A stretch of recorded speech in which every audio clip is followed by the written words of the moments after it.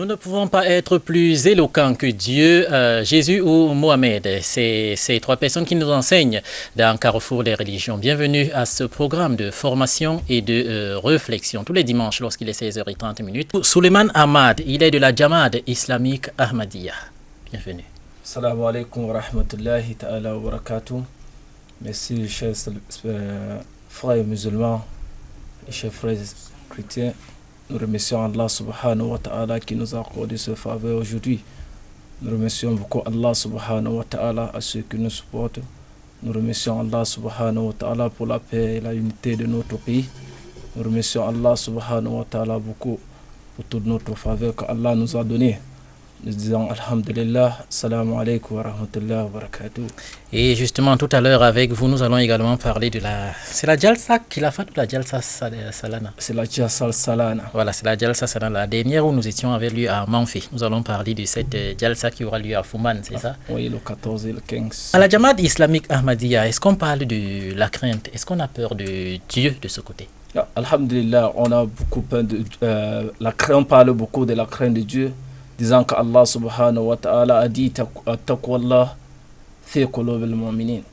Ça veut dire le prophète sallallahu alayhi wa sallam qui nous a rapporté cette hadith, il nous a dit la crainte de Dieu se trouve ici. Allah subhanahu wa ta'ala nous a parlé beaucoup de la crainte de Dieu. Toutes les versets du Saint-Coran, Allah a beaucoup parlé de la crainte de Dieu. Ati'u Allah wa ati'u Rasul wa ulul amri minkum. Allah subhanahu wa ta'ala dit obéissez par rapport à la crainte de Dieu. Il a dit on doit toujours d'abord connaître, obéir à les autorités, obéir à Allah subhanahu wa ta'ala, obéir à le saint prophète Muhammad sallallahu alayhi wa sallam. Tout ça, c'est ça qu'Allah subhanahu wa ta'ala toujours parle de la crainte de Dieu. Ça veut dire à la crainte de Dieu se trouve à notre travail, ce que nous sommes en train de faire, comment notre comportement. Le comportement d'un musulman doit montrer la crainte de Dieu de ce qu'il avait. Ok, d'accord. Et il y a un avantage à avoir cette crainte de Dieu, Suleiman? Oui, alhamdulillah, il y a beaucoup d'avantages à avoir la crainte de Dieu. Parce que tout ce que nous sommes en train de faire ici dans la vie, c'est pour avoir le Jannah. Il faut avoir le Jannah. Donc, si vraiment nous avons la crainte de Dieu, de Allah subhanahu wa ta'ala, ça veut dire Allah subhanahu wa ta'ala nous a dit Man yattaqillaha yaj'al lahu makhraja. Celui qui a la crainte de Dieu, Allah va lui faciliter ses travaux. Voilà, je vais prendre deux exemples. Il y a deux garçons. Un a la crainte de Dieu, l'autre n'a pas la crainte de Dieu. Celui qui a la crainte de Dieu, il a déjà fait le bac 4 fois. Celui qui n'a pas la crainte de Dieu, il passe facilement. Il a quel avantage donc l'autre à avoir la crainte de Dieu? Alhamdulillah, quand on parle de celui qui a fait la bac 4 fois, ça ne veut dire pas que Allah subhanahu wa ta'ala, ça ne peut parler pas de la crainte de Dieu. Dieu l'a oublié? Non, ce n'est pas que Dieu, Allah subhanahu wa ta'ala lui a oublié. Non, la crainte de Dieu se trouve dans le cœur. Voilà là où il fait son travail pour avoir le Qiyamah. Ce qu'on appelle le Qiyamah, le jour de Qiyamah. Voilà ce qu'il est en train de faire pour avoir le bien d'Allah subhanahu wa ta'ala. C'est pour ça qu'Allah subhanahu wa ta'ala nous dit, quand nous prions chaque jour, on dit Rabbana atina fid dunya hasanata. Nous demandons toujours le pardon à Allah subhanahu wa ta'ala de nous pardonner notre péché, notre erreur, ce que nous sommes en train de faire.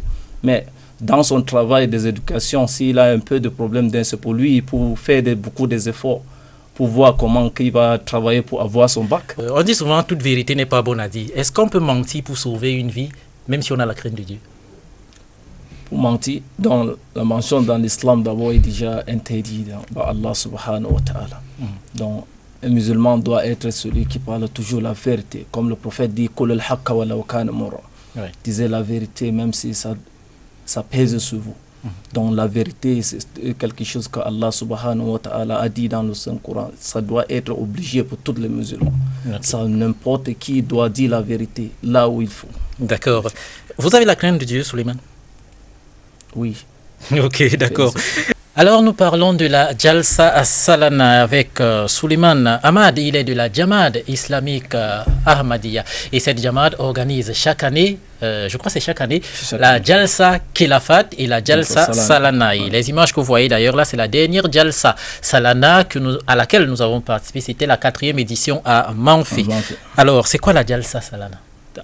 Alhamdulillah, la Jalsa Salana, c'est une conférence islamique qui s'effectue chaque année dans plus de 200 pays de l'islam Ahmadiyya, là où l'association Jamaat al-Islamique Ahmadiyya. Et c'est quoi la différence entre la Jalsa Salana et la Jalsa Khilafa? Oui, la différence entre la Jalsa Salana, c'est une conférence qui réunit tous les musulmans, les hommes et les femmes, les frères chrétiens, les autres religions, tout, qui se réunissent pour parler de la paix, pour parler de l'amour, de rester ensemble, vivre ensemble. Toujours, voilà ce qui se passe dans le Jalsa Salana. Et le Jalsa Khilafat, ça se fait par des régions. Peut-être on peut organiser dans une région, mais sur le Jalsa Salana, ça prend des autres pays qui sont des étrangers partout dans le monde. C'est général, la Jalsa Salana. Et je voudrais un peu qu'on revienne avant de revenir sur le thème de cette édition. C'est déjà la 40e édition de la Jalsa. C'est la 5e édition. La 5e édition de la Jalsa Salana.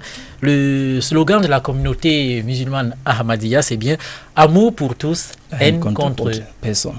Expliquez-nous un peu ça. Alhamdulillah. On parle de l'amour pour tous et la haine contre personne. Voilà ce que le prophète sallallahu alayhi wa sallam nous a enseigné, l'amour. Allah subhanahu wa ta'ala a envoyé le prophète comme le miséricorde pour tout le monde entier. Allah subhanahu wa ta'ala a dit لَقَدْ جَاءَكُمْ رَسُولٌ مِّنْ أَنفُسِكُمْ عَزِيزٌ عَلَيْهِ مَا أَنِنْتُمْ حَرِيصٌ عَلَيْكُمْ بِالْمُؤْمِنِينَ رَءُوفٌ رَحِيمٌ. Allah subhanahu wa ta'ala a envoyé le prophète sallallahu alayhi wa sallam comme un miséricorde pour toute l'humanité, pour mettre l'amour dans toute l'humanité, pour être celui qui va rassembler les musulmans, les chrétiens, ceux qui seront pour la paix d'Allah subhanahu wa ta'ala. Voilà ce que Allah subhanahu wa ta'ala nous explique par rapport au prophète sallallahu alayhi wa sallam. Si maintenant nous pouvons parler de la vie du prophète sallallahu alayhi wa sallam, nous allons voir les caractères du prophète sallallahu alayhi wa sallam, ce qu'il a effectué, ce qu'il a fait dans sa vie qui pratique à l'amour. Donc il dit toujours, il y a un hadith du prophète sallallahu alayhi wa sallam qui dit La yu'minu ahadukum hatta yuhibba li akhihi ma yuhibbu li nafsi. Le prophète sallallahu alayhi wa sallam dit il n'y a aucun d'entre nous qui a la crainte de Dieu sauf si tu vas aimer ton frère comme tu aimes ton corps. Ok, d'accord, ça renvoie à l'amour du prochain. Et aujourd'hui, quand vous regardez le monde musulman, vous vous dites qu'il y a amour et paix dans le monde musulman avec tout ce qu'on voit, du moins tout ce que les médias montrent? Alhamdulillah. On va dire toujours l'amour, donc l'amour de Allah subhanahu wa ta'ala, c'est ça qu'on parle. Quand tu parles de l'amour, tu parles de la crainte de Dieu. Ça va toujours marcher avec la crainte de Dieu, comme l'imam a expliqué. Ça va toujours marcher avec la crainte de Allah subhanahu wa ta'ala. Mais est-ce qu'il y a donc cette crainte de Dieu? Parce que vous avez peut-être, on va parler peut-être des talibans, des Boko Haram, quelqu'un qui va prendre, je ne sais pas, la machette et le pistolet, il veut tuer, il va dire Allahu Akbar. C'est Allah qui a dit de faire ça? Non, ce n'est pas l'amour là-bas, ce n'est pas l'amour d'Allah, ce n'est pas la crainte de Dieu là-bas. Allah subhanahu wa ta'ala nous a pas autorisé ça. Ça, ce n'est pas un travail du prophète sallallahu. Regardez dans la vie du prophète sallallahu alayhi wa sallam, il n'y a aucun la position là où le prophète a se levé l'arme pour aller combattre les gens. Le prophète sallallahu alayhi wa sallam, il a resté toujours ensemble avec ces gens et il a toujours appelé les gens sur le chemin de la paix. Et voilà, le thème de la Jalsa de cette année, la 5e édition, c'est Islam pour la paix et quoi? L'unité et l'obéissance. Ok, d'accord. Il y a la paix au Cameroun, il y a l'unité au Cameroun. Pourquoi c'était toujours? Il faut toujours la paix, il faut toujours l'unité, l'obéissance pour la vivre ensemble. Oui. Allah subhanahu wa ta'ala, dans le Saint-Coran, il parle toujours de l'amour, de la paix et l'unité et l'obéissance. C'est pour ça que chaque année, nous voyons toujours qu'il faut les trois mots aussi pour stabiliser le monde. Il faut toujours rester ensemble, l'unité. Il faut toujours l'obéissance à les autorités.